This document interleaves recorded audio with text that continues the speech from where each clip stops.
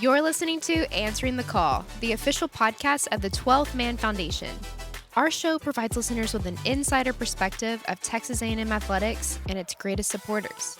This podcast will bring you exclusive interviews with coaches, athletes, donors, and the dedicated staff of Aggie Athletics and the 12th Man Foundation. You ready? Let's dive into today's episode.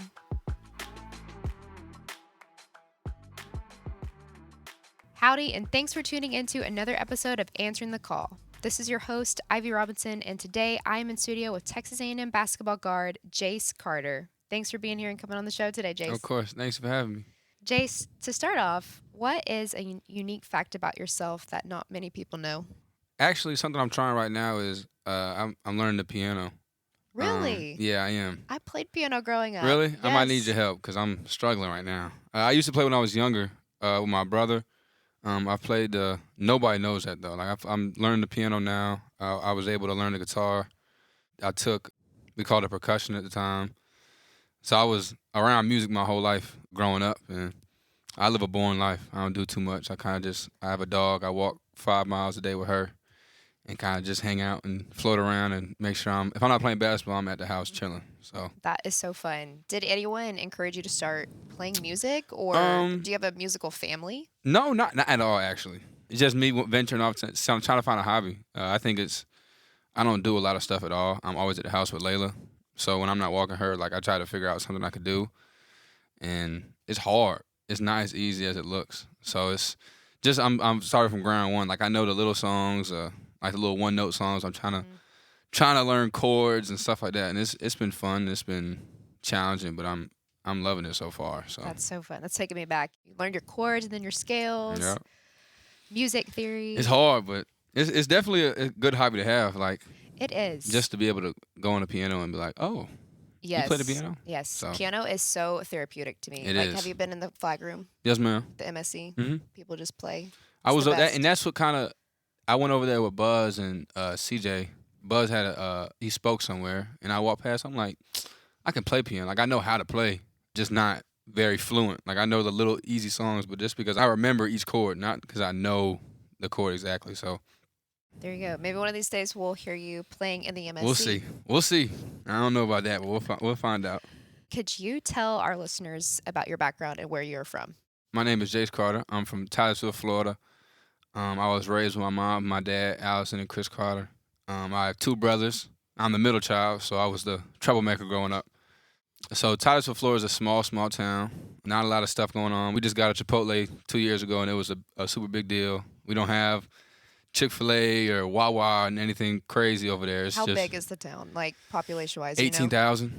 Okay. So it's not super small compared to some of the Texas towns I've heard. We don't have 50 people, not like that, but it's a smaller spot that, if you get accustomed to it at a young age, you kind of find yourself just there your whole life. So that was kind of my thing growing up. Like I wanted to get out of there and experience a whole new different type of lifestyle.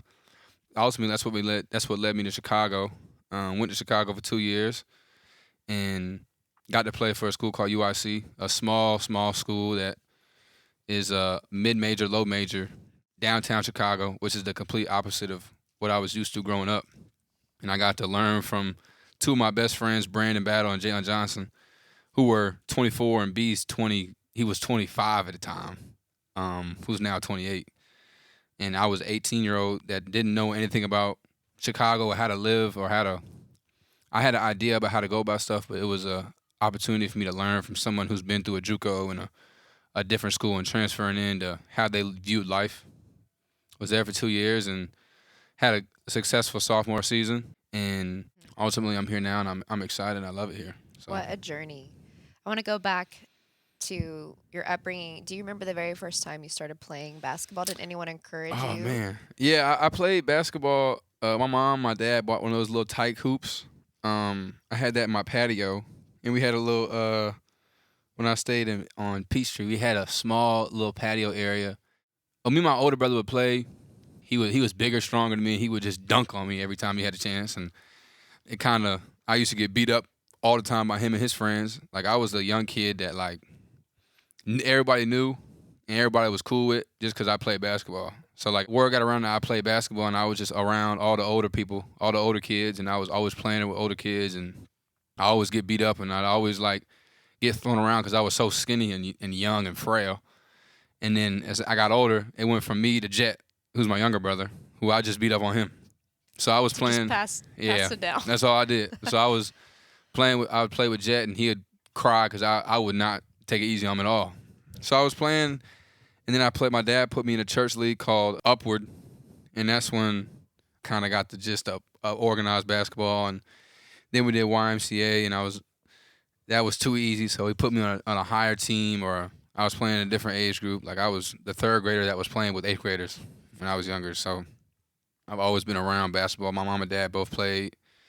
So it wasn't a surprise when they kind of realized I liked to play too. I'm glad you mentioned your parents. That was one of my questions. Mm-hmm. Did you have any family members who played college or professional Yeah. sports? So what did your parents do? My mom went to the same high school as me, and she's a Hall of Famer there. So, like, growing up, it was always like, I'm a Hoffer. That's what she called herself, a Hoffer. So she was a Hall of Famer, won a state championship in my high school for girls, played volleyball, swam a little bit. And then she went on to play at Florida Southern, was a Division II in Lakeland, was really successful there, tore up her knees and stopped playing. The physicality of my game probably comes from her. And my dad played a little bit at Bethune-Cookman, which is a Division I in Florida, in Daytona Beach. Played there for about close to a year. Had some stuff going on outside of basketball and decided to stop playing. But my mom was the girl that was, like, had big hands, that was palming the ball, like, played in the post. Like, she was real physical and real aggressive. So, like, growing up, like, I was always, oh, you're Gerdeman, you're Allison's son. Like, I heard that till I was about a sophomore in high school. So basketball's been around my family for a very, very long time. So did you always know you wanted to play basketball in college? When did you decide that? I think growing up, I played football, I played baseball, and I just was the best at basketball. Like, I tried football, but I tried it a little bit too late. Like, I tried it, like, when everybody had already been playing since they were 4 or 5. So I tried to play in, like, my 6th or 7th grade year, and I was getting tore up. Didn't know how to hit, didn't know how to tackle people, and I was coming home with bruises all over me. Like, I was playing quarterback, wide receiver, corner, linebacker, middle linebacker, safety. Like, I was playing so many different positions. And I remember just being like, oh, I can't do this. Like, this is crazy. Like, I was young. Like, now I feel like I'd be better because my body's a lot different. But I used to be a skinny kid. Like, I was always just super frail. So I knew football wasn't going to be the route. And then baseball, I played baseball until I was around the same age. And once they started throwing the ball really fast, it was over with for me. I was scared I was going to get hit, and that was a no. But just growing up, like, seeing all the hype around basketball, I was a big Florida fan growing up, obviously, because I'm from Florida. So just seeing, like, different players at Florida and the atmosphere at Gainesville, and just watching games on YouTube or seeing games on TV with my parents and being like, man, like, that's a lot of people. Or that's just the atmosphere there just seems like that'd be fun to be in. And growing up, like, from Titusville, it's unheard of to go to Texas A&M for basketball. Like, we don't have a lot of basketball players. If you play football, it's a higher chance you go to college at a good school, but there's not a lot of basketball players coming out of where I'm from. So it was always a dream that I want to get out of here. I want to experience playing in front of the 12th man or playing in front of whoever, you know. And the fact that I'm at this point now, like, if I was a 5 or 6-year-old, I'd probably be like, oh my God, you made it, you know. So I always knew I wanted to be in an atmosphere where basketball was loved, and, you know, it was a big support system from not just the basketball program, but from the school in general. Let's talk about your time at UIC a little bit. What did you learn from going through that program, and then how did it make you a better player and prepare you for the SEC here at Texas A&M? It taught me a lot. I got to college when I was 18, had the opportunity to play right away. My first game ever in college was at Dayton, and this is right after Obi Toppin got drafted. So they're coming off a lot of hype, and I remember being like, I remember playing, and they went on a run, and I'm in the game, and it got so loud that, like, we called a timeout. I was just running. Like, I remember they called a timeout, and I was running to the corner. I see people run to the baseline or the sideline, and I'm laughing like, yo, this is crazy. Like, I ain't never experienced nothing like this. Like, and we're losing. But it was just for me like, wow, like, I'm really in college. I'm really playing in front of these type of people. So it taught me a lot, just the how to go about life. I feel like it taught me how to be a man. And I was broke. There was no 12th man foundation. We didn't have any support system from outside people. No one knew what UIC was. Like, I was just looked at as another tall black kid that was on the street. So, like, for me, it taught me how to go about life, how to survive, and how to, I'm in Chicago. Chicago might not be labeled as the safest place in the world. So just how to be on my P's and Q's. And from a basketball standpoint, my freshman year, I had 7 or 8 seniors that had been through so many different situations, and they kind of just I just picked all their brains, like good and bad decisions they made and good decisions they made to lead them up to the point they're at. So it taught me just a lot, just how to go about your work, how to separate basketball and your real life. Like, you can't be identified as a basketball player all the time, and I'm still learning that. Like, you can't let how you do on a basketball court affect when you go home and how you how you live in your life. Like, it's hard because your life is basketball. So just figuring out different things like that, and ultimately it allowed me to mature very quickly. Like, I was able to go to Chicago and like realize, oh, you don't live like me, or you weren't raised like I was. My dad's Marine, so like I was rules on rules on rules. So seeing like different people and how they were raised, like, it allowed me to fall back to what I was taught my whole life. What factors led to your decision to transfer to Texas A&M? Tell us about that. Yeah, so I entered the portal after my sophomore season, and the story's kind of crazy. I actually just told Buzz and Rock. I always tell recruits this when I see them because it's real, but I've told Buzz and Rock. When I entered the portal, it was crazy. It was a lot different than my recruiting going into college. Like, I was a 1-2 star. Like, I had how Henry and Wade and Mo was a 5-star. Like, I had none of that. I was a little kid from a little town that played kids that were labeled as not very good, but was successful. So I got recruited by mid-major, low-major schools. So going into the portal, I'm getting calls from Buzz Williams, Coach Oates, Coach Izzo. NIL was involved, so it was a whole different type of conversation. And people were it was different intentions than when I was going in to be a freshman. So once I got here, I was pretty sure that I wanted to be here, but I didn't want to rush anything. I didn't want to make a irrational decision, so I was just letting it play its course. Buzz Williams, I've said this before, Buzz Williams is one of a kind. Like, he didn't call me when I was in the portal. He came and saw me. We didn't talk about basketball not one time. And then he literally left me and went straight to go see my parents, like the same day. And no one did that. So it was right when I met him, I was like, okay, I like this guy. I think I respect him. I like what he stands about. He's a believer, as I am. And it was just an instant connection when we first met. And I brought him to a place that was very unsafe, just to see how his mannerisms and how he was and how he treated people. So I came here, went on my visit, and I'm sitting at dinner, and we're at Tad's. And I'm looking around, I'm like, there's a lot of people here. Like, man, everybody's engaged in conversation. You don't have this person not really speaking. Everybody's talking. And it was just something I wasn't used to. At my old school, it wasn't like that. And then Saturday night, I got home, and I'm sitting on my bed, and I'm overwhelmed with all this stuff going on. And I'm praying, and I'm like, God, look, this is where you need me to be. Please make it as clear as possible. Like, I don't want any confusion. I don't want to be second-guessing anything. Like, this is where I need to be at. Please make it clear. Had a dream. I went to bed, had a dream I was playing at Reed, committed the next day. And wow. It's crazy. Oh my gosh. It's crazy. Yeah. I have chills right now. Yeah, no, I went after I committed, I went in the bathroom with my mom, and I cried and prayed, did all that, and it was just surreal. Like, to be where I'm from and grow up the way I grew up and had the dreams I had, like, to be here, it's a blessing. And I don't take any of it for granted. I don't think it's anything that's, I think it's just God is so good. Really just has blessed me in my life. So it was crazy. But after that, there was no second guessing. I canceled all my other visits. I called everybody else and was like, yeah, this is where I'm going. This is what I'm doing. That's incredible. Yeah, it's God wild. is good. Amen to that. Amen to that for sure. Tell us about your first impressions of Texas A&M when you officially got here as a part of the program and as a student athlete. What was it like? It's very unique. Not unique in a bad way. There's some stuff that if you're outside, you're like, what is going on? Like, what are they doing? Like, the swinging back and forth, like, you don't understand that. Like, I think it's so cool. But I remember getting on campus and being like, I'd never been to a football game before. Went to a football game and just saw how people were like so excited for a football game, and like it just was something I had never experienced. But it's eye opening for me. Just like UIC, we had maybe 100 people in the stands when I played the game. Like we played on a Thursday in downtown Chicago. Like people weren't coming to see our games, and here it's like it's just a completely different vibe.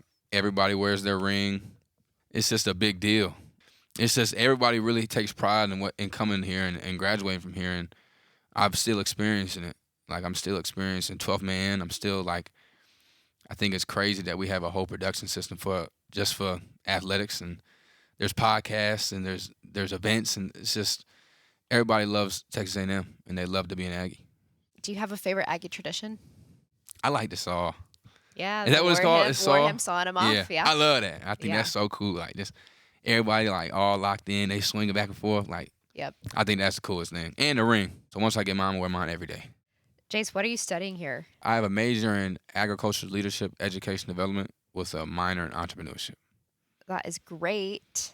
I was in the College of Ag and Life Sciences when I was a student here. Yes. How you like it? I loved it. Yeah. I loved it. I studied AgCom and journalism, so I did a lot of writing.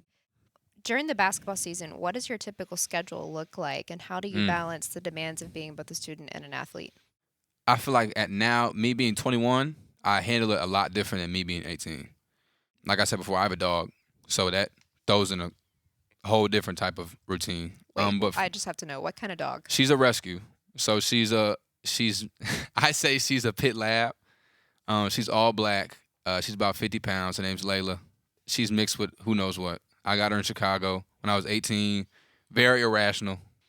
The way I got her online. Like I just saw a picture of her and I was like, I'll take her. And then picked her up a week later, and she was not what I thought she was going to be. I thought she was going to be a big black pit bull. She wasn't that. So for me, a regular routine is I get up in the morning. I walk Layla. We'll walk about a mile. I'll come back. I'll feed her. She eats human food because she's bougie. So I'll make her eggs, make her rice. I'll give her a little bit of kibble. And then I'll give her a chew, usually a pig ear, whatever it is. And then I'll work out with Coach Lair, shoot with him afterwards.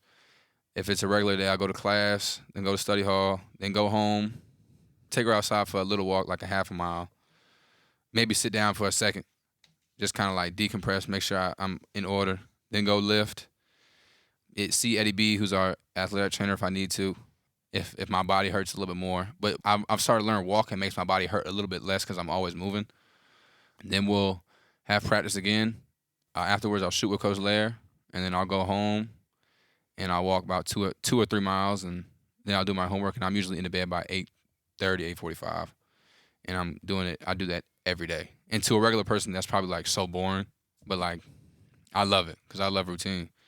When you throw a game in there, obviously it's a little bit different, but I have to walk Layla because I feel bad. I live by myself, and she's home all the time, so I feel like I owe it to her to walk her 4 or 5 miles every day. But so, what does a game day routine look like for you? So I'll get up in the morning. Same thing. I'll walk Layla, feed her the same way, and then I'll work out before the game. Usually with Coach Lyle or one of our managers rebound for me, just shooting, and then we'll have walkthrough. I'll eat. We always have Texas Roadhouse, so I'll eat Texas Roadhouse, go home, I'll meditate, and then I'll walk Layla again, and I'll listen to Steve Furtnick, who's a pastor that is really close friends with Buzz. So I'll listen to his podcast while I walk, go back home, shower, take a nap, if I can, get up, pray, meditate again, and then go to the gym, and we'll have shoot around and all that kind of stuff, and then we play, and I'll come back home and walk Layla again, pretty much. So you mentioned podcasts. Are you a big podcast listener? I am. What are your favorites? Right now, Jeff T's podcast is very funny to me. I'm just trying to expand my podcast. Like I feel like I listen to a lot of sports podcasts. Trying to see, like, obviously Joe Rogan's is cool, but I like listening to the people he's talking to and see if they have a podcast. But Jeff Teague is really fun to me. I used to watch Pat Bev a lot. Steve Furtnick his is a podcast, but it's more so like he's speaking the word. So it's really like his preach or his sermon. But I watch a lot of athletes' podcasts. I'm trying to branch out and find new ones. But I like Jeff T because he's a good storyteller, and I think it's kind of funny. I listen to Mace and Cam. I listen to them a lot because I think they're really funny. So just different ones like that. There you go. And now you can add Answering the Call Of course. podcast to your Of course. rotation. I'm telling you right now, my dad's, as soon as this comes out, he's going to listen to it.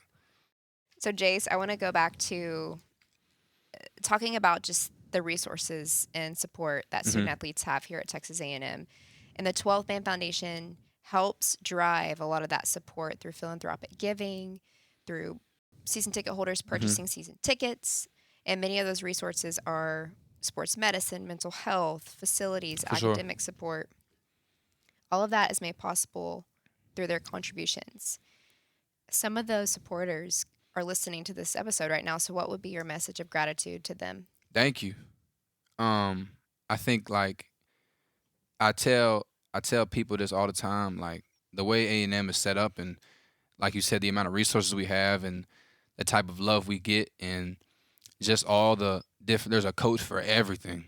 If you have a mental health situation that's going on, or if you have, you want to go see a nutritionist, or you want to go work out in the middle of the night, or you want to listen to a podcast that's strictly for football, you want to go watch the Post. Like, there's so many different things that A&M has, and it's all through the people you're talking about. And they've changed my life. They allowed my parents to listen to podcasts and experience this with me from a different lens, and it's really a blessing. I tell our freshmen this, and I even tell Wade and Modus, I'm like, bro, like, y'all don't understand, this is not normal. Like, at my old school, we didn't have our own facility. Like, we shared a facility with the whole athletic department. We had one training room. Like, this is not normal. Y'all think this is like, oh, like every school's like this, and it's not. A&M is a one-of-a-type atmosphere and one-of-a-type university, and it starts with the people you're talking about. And so my message to them is just thank you. We appreciate you so much, and none of this is possible without the help and without the love and support that you guys give us. You're also a 12th Man Foundation 1922 Fund scholarship recipient. When you received that, how did it feel to know you'd be able to pursue a degree here at Texas A&M while playing the sport that you love? It's a blessing. I think it's I don't take any of it for granted, like I was saying earlier, and I truly believe that God has blessed me, obviously through a basketball situation or through a basketball lens, but just in life in general.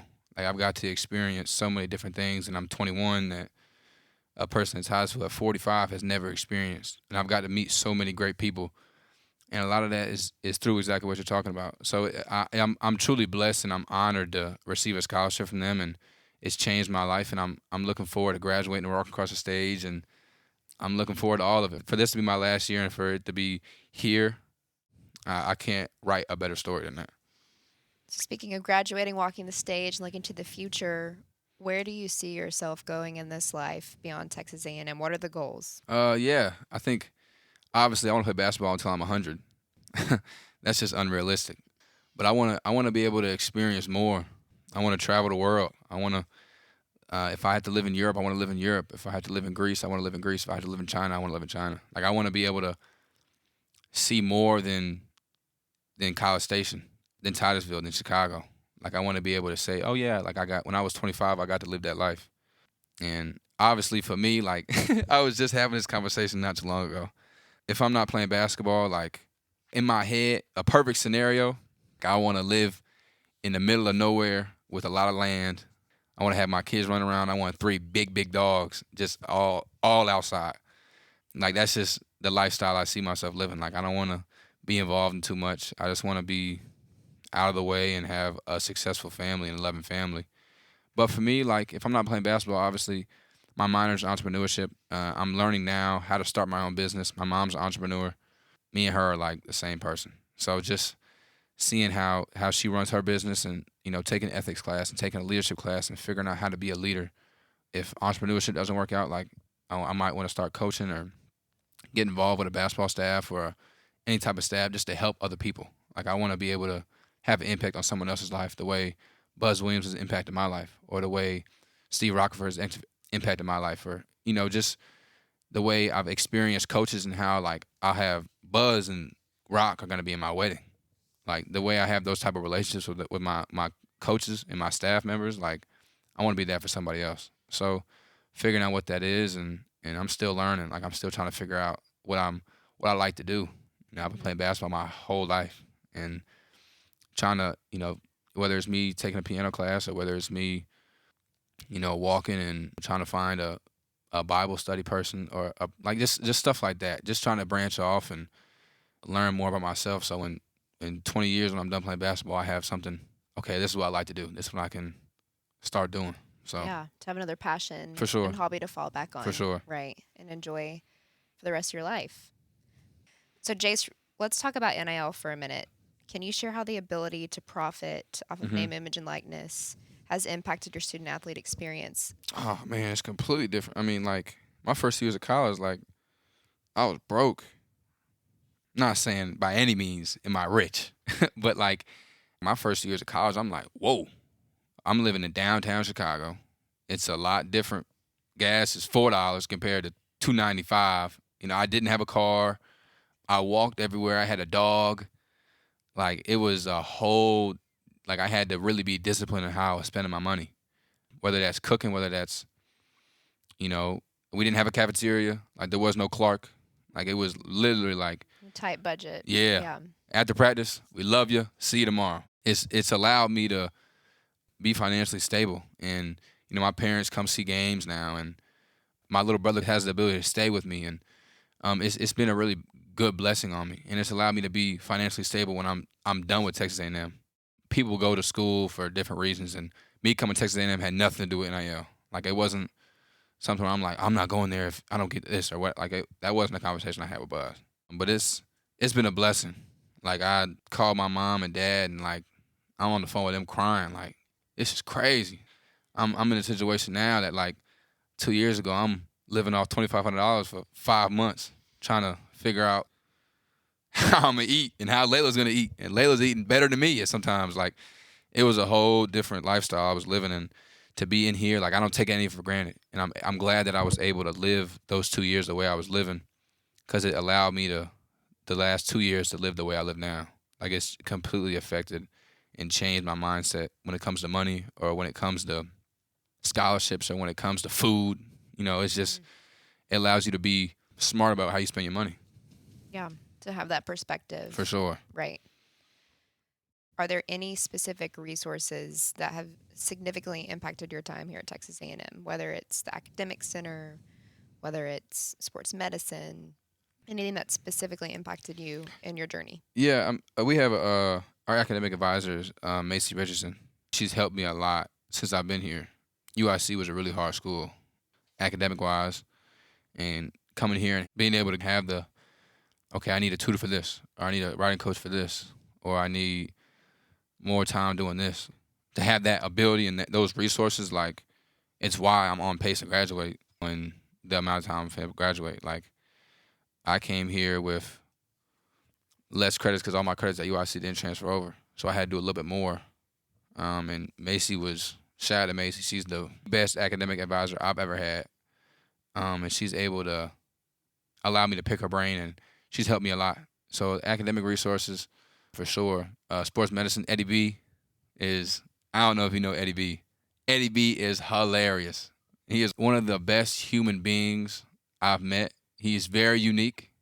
And if you don't know him, you'll kind of be like, what's up with him? Like, why does he act like that? But he's kept my body in the way it is, and all the resources have really changed my experience here at Texas A&M. All right, Jace, to wrap up today, when you get to that moment, when you graduate from this university, how do you think that moment is going to feel for you? It's a great question. I think for me, it's going to be like, man, about time. Like, it's about time I graduated from here. Like, I'm done with school. That's probably going to be my first reaction. But I'll probably just be like, wow, like I really did it, just to really graduate from college. And, like, I feel like I was just a freshman. Like, I feel like I just got, I feel like I was just hugging my mom and my little brother, like, I'll be okay, I'll be fine. So I feel like a lot of emotion will hit me. I'll be excited because I'll have my ring. And I'll just be just like, wow, this is really over. Now it's on to the next step in my life. And now I'm able to make my own decision. I don't have to go to class. I got to figure out, like, what's next for Jace. So I'm gonna be happy. I'm gonna be happy. I'm gonna run across the stage. I'm gonna shake everybody's hand, get my stuff, and get up out of there. But I'll be excited and definitely take a moment to look back on all the stuff that's happened the past 4 years. For sure. That's awesome. And finally, why are you proud to be an Aggie? I think the ability to have Texas A&M on my jersey and wear a Texas A&M shirt right now, like it's one of the best universities, if not the best university in the country. It just stands for so much, and just the amount of pride that goes with saying that, and going amount of pride that goes with the ring or with anything. I think the amount of pride behind it is just much bigger than you and I, and much bigger than basketball or football or whatever sport you want to call. Like there's gonna be an Aggie everywhere. So for me to be involved in that list, I'm really excited, and I know what comes with that. So I'm looking forward to it, and I don't take it for granted. I love it here for sure. Jace Carter on Answering the Call podcast. Jace, thank you again for coming Yes, on the ma'am. show. Thank you for having me. Shout out to my mom. Mom, I love you. I miss you. Love you too, Dad. Thank you for joining us for another episode of Answering the Call, the official podcast of the 12-Man Foundation. A special shout out to our incredible podcast producer, Megan Hoffman, and to 12-Man Productions for their generous use of the studio. We extend our heartfelt gratitude to every donor and every season ticket holder for always answering the call through loyal support of Texas A&M Athletics. We will be back soon with more content. Thanks, and gig 'em.